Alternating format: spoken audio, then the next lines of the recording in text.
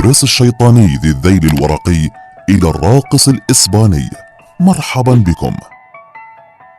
إليكم 10 مخلوقات غريبة تم اكتشافها مؤخرا. رقم 10: سمكة شمس المحيط، تعرف أيضا باسم مولا مولا، وتعد من الأسماك العظمية الأكبر حجما في العالم.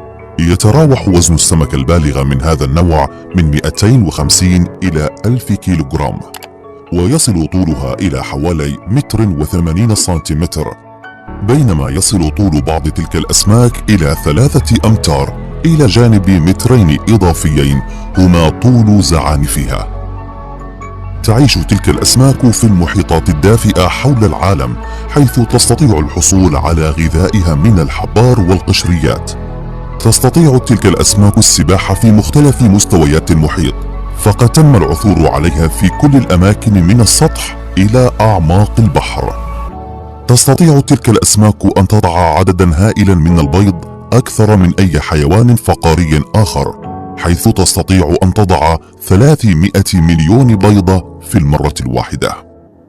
نظرا لحجم تلك السمكة، فعندما يكبر حجمها إلى أقصى حد يصبح عدد مفترسيها الطبيعيين قليلا للغاية، إلا أنها عادة ما تكون هدفا لأسد البحر والأوركا وأسماك القرش والبشر. رقم 9: نيوبالبا دونالد ترامبي. عندما تكون شخصا قويا ومثيرا مثل رؤساء الجمهورية، فعادة ما تكون هناك مدارس وشوارع وسفن حربية تحمل اسمك، ولكن في علم الأحياء كانت فصيلة جديدة قد تم تسميتها على اسم رئيس الولايات المتحدة الأمريكية. تم اكتشاف هذا الكائن في جنوب كاليفورنيا وشمال المكسيك في عام 2017. أما ما يجعلها مختلفة عن حشرات العف الأخرى فهي اللون الأبيض المائل للصفرة على رأسها، ومن هنا جاءت فكرة تسميتها على اسم رئيس الولايات المتحدة الأمريكية دونالد ترامب. قد لا تستمر هذه الحشرة كثيرا نظرا لتناقص عددها بشكل مضطرد، لا يتعدى طولها بضع سنتيمترات، ويتشابه شكل الذكور والإناث كثيرا. رقم 8: أبو بريس الشيطاني ذي الذيل الورقي. هناك المئات من الأنواع المختلفة من السحالي والأبراص خشنة الجلد حول العالم، ولكن نجح هذا الكائن في التطور بشكل مختلف عن كل الأنواع الأخرى، حتى إنه في عام 2019 تم إدراجه في فصيلة منفصلة، هو الجيكو الشيطاني ذيل الورقة. يعيش في محمية أنكران، ويبدو مثل الأنواع الأخرى من هذا الحيوان، إلا أن لديه بعض الاختلافات الملحوظة. على سبيل المثال يعد ذيله أطول كثيرا، بالإضافة إلى أن جلده ناعما في منطقة الظهر. إلى جانب اختلاف لون فمه، فبينما عادة ما يكون لون الفم أسود في الأنواع الأخرى، ولكن لهذا الحيوان بعض البقع الحمراء على فمه. والآن يتم البحث حتى يتأكد العلماء من كون هذا الكائن معرض لخطر الانقراض من عدمه. رقم 7: نحلة وولاس. تم تسمية هذه النحلة بهذا الاسم تيمنا بالباحث الفريد راسل وولاس، والذي اكتشفها لأول مرة في عام 1858. يعد هذا النوع من النحل هو الأكبر حجما مما تم اكتشافه حول العالم، حيث تنمو الإناث ليصل طولها إلى 3 سنتيمتر، بينما تصل المسافة بين جناحيها إلى 6 سنتيمتر. لا يعيش هذا النحل في مستعمرات كبيرة مثل النحل المنتج للعسل، وإنما يقوم بالسيطرة على عش النمل الأبيض داخل الشجر، ويقوم باستخدام مادة صمغية من أجل إغلاق الحوائط بغرض الحماية. هناك مناطق معينة من المعروف أن هذا النحل يعيش بها، وجميعها في أندونيسيا. هذا النحل مراوغ للغاية، حتى إنه لم يتم مشاهدته سوى 4 مرات فقط على مدار 40 عام الماضية، منهم مرة في عام 1981 وعام 2018 وعام 2019، وهو الأمر الذي تم تصويره. رقم 6: الحبار العملاق. مؤخرا تم اكتشاف ظاهرة تسمى العملقة في أعماق البحار، وهذا يعني أنه لسبب أو لآخر تستطيع بعض الكائنات في الأعماق أن تصل إلى أحجام عملاقة، ومن هذه الكائنات الحبار العملاق. وعلى الرغم من أننا نعلم بشأن هذا الكائن منذ وقت طويل نظرا لبقاياه التي عثر عليها على الشواطئ، إلا أنه لم يحدث إلا مؤخرا فقط إذ استطاع أحدهم مشاهدة هذا الكائن يعيش في بيئته الطبيعية. لدى هذا الكائن عينان أكبر من أي حيوان على الإطلاق، ومن المعتقد أنه من الممكن أن يكبر ليصل طوله إلى 13 متر. يستخدم هذا الكائن مجساته من أجل الإجهاز على ضحيته، ثم يقوم بخنقها مثلما تفعل الأصل العاصرة حتى يلتهمها لاحقا.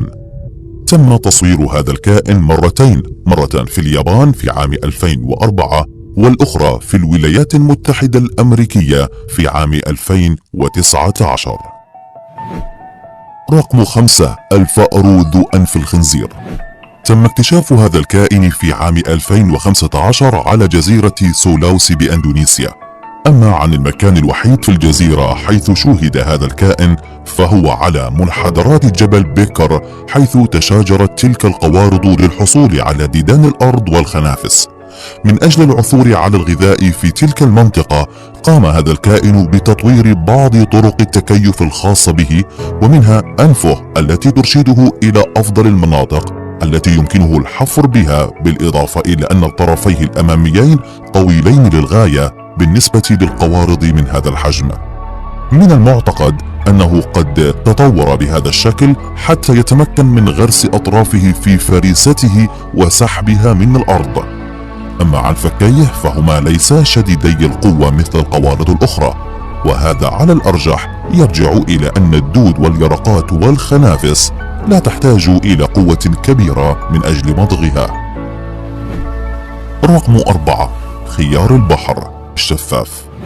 يعرف هذا الكائن أيضا باسم الراقص الإسباني، وتم اكتشافه في عام 2018 خلال رحلة لغواصة بحرية تحمل باحثين استراليين.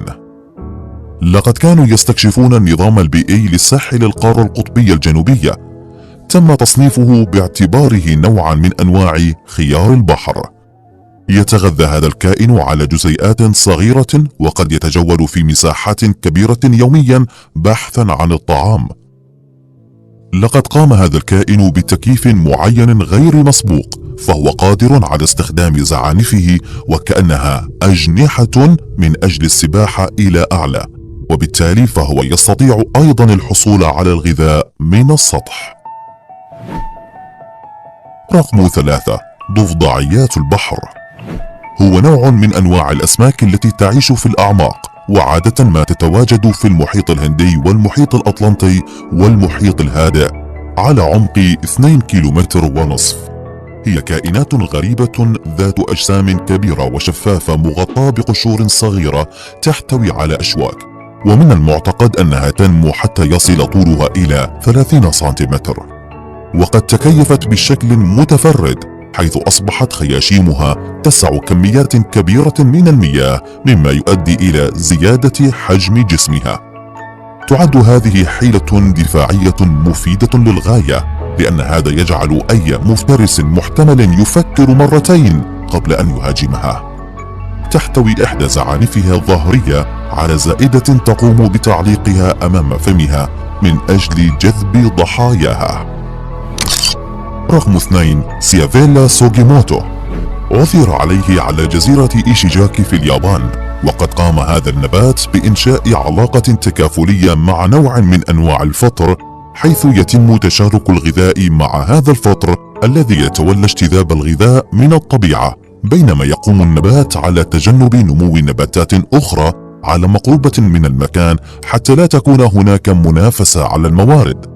هذا بالإضافة إلى منح النبات لونا معينا لصبغة الحيوانات والحشرات التي تقوم بنقل البذور إلى مناطق مختلفة من الغابة، وبذلك يكون من الممكن أن تنمو نباتات وفطريات أخرى. هذا هو المثال الحي لكيفية تعاون كائنين في حالة من التناغم، حيث إن ازدهار كل منهما على حدة كان ليصبح صعبا. رقم 1 وأخيرا، خنفساء الكهوف. تعد الكهوف من أفضل المناطق حيث يمكن الاستكشاف ومن ثم العثور على كائنات لم تكتشف من قبل، لأن المحيط المظلم والمتسخ يوفر الكثير من مناطق الاختباء، حيث قد لا ينتبه الباحثون إلى كل الكائنات بالداخل. وبالتالي فمن ضمن الاكتشافات الحديثة كانت خنفساء الكهوف التي تعيش في مدينة دوان بالمقاطعة الصينية كوانكشي. لقد تكيفت هذه الخنفساء بشكل مثالي مع محيطها، لا يدخل الضوء إلى الكهوف حيث تعيش، وبالتالي فليس لها عيون ولا أجنحة. لهذه الخنافس أجسام نحيلة لا يتعدى طولها نصف سنتيمتر، ومن السهل التعرف عليها من خلال لونها البني المائل للصفرة ورأسها اللامعة. ليس من المعروف حتى الآن كيف تقوم بالصيد حتى تحصل على الغذاء، وما هو الغذاء الذي تفضله لغاية الآن لا نعلم. معلومة إضافية: طائر الجنة ذو الرأس المنحني، أرجو أن تستمعوا إليه. تعد طيور الجنة من أكثر الطيور التي تتمتع بشكل رائع ومتفرد في العالم. تعيش في غينيا الجديدة وشرق أستراليا. كان هناك 41 نوعا معروفا من هذه الفصيلة حتى عام 2018، حينما تم تصنيف طائر الجنة ذو الرأس المنحني باعتباره فصيلة مستقلة بذاتها. من المعروف الآن أن هذا الطائر مختلف تماما، على الرغم من أنه يشبه طيور الجنة بشكل كبير. يعيش هذا الطائر في شبه جزيرة دوبرهاي غرب غينيا الجديدة. لديه شعر ذو لون أسود داكن يمتص 99% من الضوء الذي يصل إليه، إلا أن هذا اللون الأسود الداكن يندمج مع اللون الأزرق الفيروزي، مما يلعب دورا هاما في طقوسه من أجل التكاثر. هذا كل شيء لليوم أيها الأصدقاء. أي من هذه الحيوانات العشر تفاجأت بمشاهدتها ولم تكن تعرفها من قبل؟ اترك تعليقا. لا تنسى الضغط على زر أعجبني إذا أعجبك هذا الفيديو. اشترك معنا في القناة إن لم تشترك بعد.